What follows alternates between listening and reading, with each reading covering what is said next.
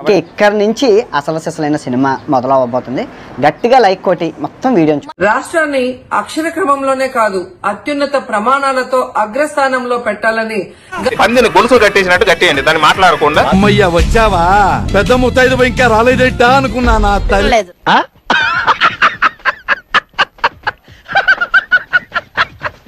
గత 5 ఏళ్లు జగన్మోహన్ రెడ్డి గారు ఎంత కష్టపడి పనిచేశారో మనందరికీ తెలుసు.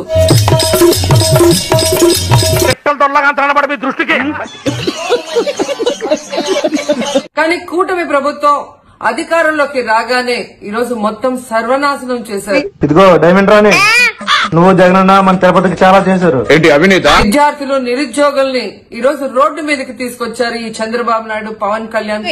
ఎన్ని మాట్లాడాలని నమ్మకం. విద్యార్థుల్ని నట్టేట ముంచారు. ఇదేంటి సూటిగా డ్యూటీ చేస్తున్నాడు. ఈ రోజు నిరుద్యోగుల్ని వెన్నుపోటు పొడిచారు. ప్రభుత్వ మెడికల్ కాలేజీని అమ్మాయిలను చూస్తున్నారు. నీకెలా తెలుసు? ఏమో నాకు అన్నలు తెలుసు. ఎంత సిగ్గుచేటు. ఈశ్వరుడు నోరిచ్చాడు కదా అని చెప్పి ఇష్టం వచ్చినట్టు వాగేడు. ఈ రోజు రాష్ట్రంలో అధికారంలో రావటం కోసం చంద్రబాబు నాయుడు, పవన్ కళ్యాణ్ ఎన్నెన్ని ప్రమాణాలు చేశారు. మాకు తెలుదులే, నీ మా అత్తగారు తెలివితేటలో నా కాడ చూపించు. అది పైకి ఆర్బాటమే. చూడు, లోన బొక్కల బనియను, పైన సిల్క్ సొక్క.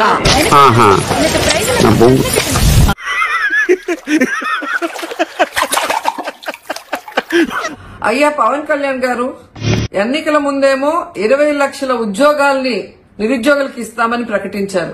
ఇట అమ్మోతులా తిరుగుతున్నావే, మీ ఇంట్లో ఎవరు నిన్నేమనరా? నాకెందుకు రావు ఇలాంటి ఐడియాలు.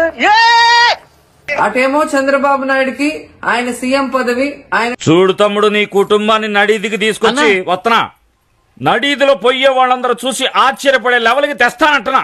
కొడుక్కి ఏ విధంగా షాడో సీఎం పదవి ఇచ్చి దోచిపెట్టాలన్న ప్రయత్నం చేస్తున్నారు. ఎలా ఉంది ఐడియా? సర్వనాశనం అయిపోయేలా ఉందిరా. మనం ఇక్కడికి వచ్చింది ప్రాబ్లం క్లియర్ చేసుకోవడానికి కానీ క్రియేట్ చేసుకోవడానికి కాదురా. ఇటు చూస్తే పవన్ కళ్యాణ్ గారు మీకు డిప్యూటీ సీఎం, హైదరాబాద్ లో ఉన్న మీ అన్నకి ఇప్పుడు ఎమ్మెల్సీ ఇచ్చి మళ్ళీ మంత్రి పదవి ఇవ్వాలి. నువ్వేం పీకి గట్టలు కట్టినావు? నువ్వేమన్నా ప్రభాస్వా? మొత్తం మహేష్మతి నువ్వే బట్టి నడుస్తుంది. దృష్టికి అంటే మీ కుటుంబాల్లో ఉన్న వాళ్ళకి ఉద్యోగాలు ఇచ్చుకొని వాళ్ళని ఎలా పెంచి పోషించాలని ఆలోచిస్తున్నారు తప్ప అలసట రావట్లేదరా నీకు? నీ అంకమ్మ ఓట్లేసిన యువతకు గాని నిరుద్యోగులకు గాని ఒక్క ఉద్యోగమైనా ఇవ్వాలన్న చిత్తశుద్ధి మీకుందా అని నేను ప్రశ్నిస్తున్నాను. నేనేనా జగన్మోహన్ రెడ్డి గారి కోటరీ. ఈ డైలాగ్ ఎక్కడో ఎన్నట్టుంది. ఒక ద్వితీయ శ్రేణి నాయకత్వం, వీళ్ళు చుట్టూ ఉండేటటువంటి వాళ్ళని కోటరీ. అయిందా?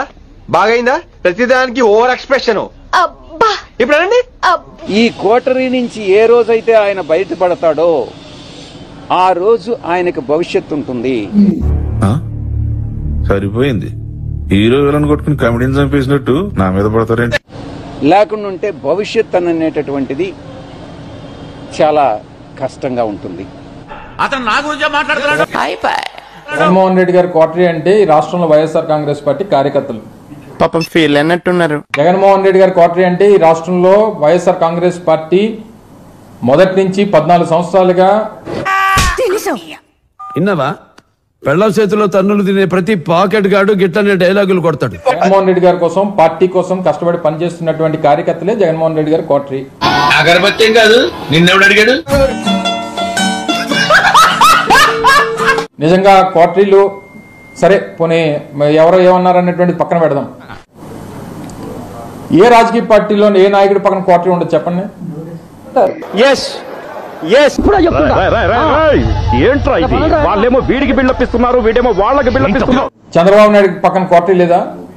నీకు భలే హ్యాపీ ఉండదు కదరా? నీకు ఉండదు మంచా? లేదురా, నీకు సమ్మగా ఉండదు. రాజకీయం కాదు, అసలు ఏ ప్రొఫెషన్ లో కోటరీ ఉండదో చెప్పు. నువ్వు పై కనపడావు కానీ లోన చాలా ఇసే ఉన్నదిరా నీకు. నాకు ఇప్పుడిప్పుడే తెలుస్తుంది సార్. మీరేమైనా చేయగలరు. మీ ఏబిఎన్ ఉంది, మీ రాధాకృష్ణ గారి చుట్టూ కోటరీ ఉండదా?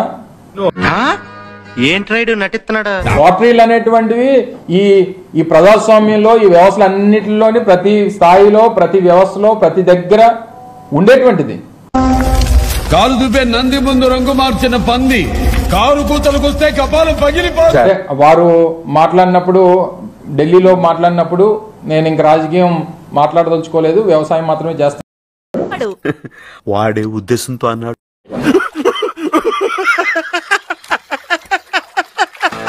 సరే అలాగే అనుకున్నాం. మరి నిన్నటి పరిస్థితులు అయితే దానికి భిన్నంగా కనిపించాయి నాకైతే. ఏమిట్రా మాట్లాడుతున్నావు? అల్లుడు నువ్వు తగ్గొద్దు, నువ్వు వెనకడుగు, మ్యాటర్ ఏంటో తెలిపో. నిన్న భిన్నంగా కనిపించిన తర్వాత ఈ కొత్త మాటలన్నీ మనసు ఇరిగిపోయింది. లేకపోతే ఇంకోటి అయింది అన్న తర్వాత ఇంకో మీద ప్రేమ పుడితేనే మనసు ఇరిగిపోవాలి. మరి నీ ఒపీనియన్ ఓడరా అడిగిండు, మాకే నీ మీద ఒక ఒపీనియన్ లేదు. మరి అంటే నా వ్యక్తిగతమైనటువంటి అభిప్రాయం. ఏంటి బావా ముసుగేసుకేడుస్తున్నావు? ఇదంతా నిమ్మలానే వచ్చింది. నాకేం తెలుసు, నేనేం చెప్తాను? నువ్వు ఎవరిని ప్రేమిస్తున్నావు నాకేం తెలుసు చెప్పు. ఎక్కడెక్కడ తింగర్ నా కొడుకులు మనకే తగులుతున్నారు. అటు చూడు నేను జగన్మోహన్ రెడ్డి గారిని ప్రేమిస్తున్నాను. అంటే నాకేం కనపట్టలేదు. మరి నేను ఆయన ప్రేమిస్తున్నాను, నేను అది చెప్పగలను. కానీ నువ్వెవరిని ప్రేమిస్తున్నావు నేనే చెప్తాను. ఇప్పుడు దాకా చేసినంత గంగలో కలిసిపోయింది కదరా.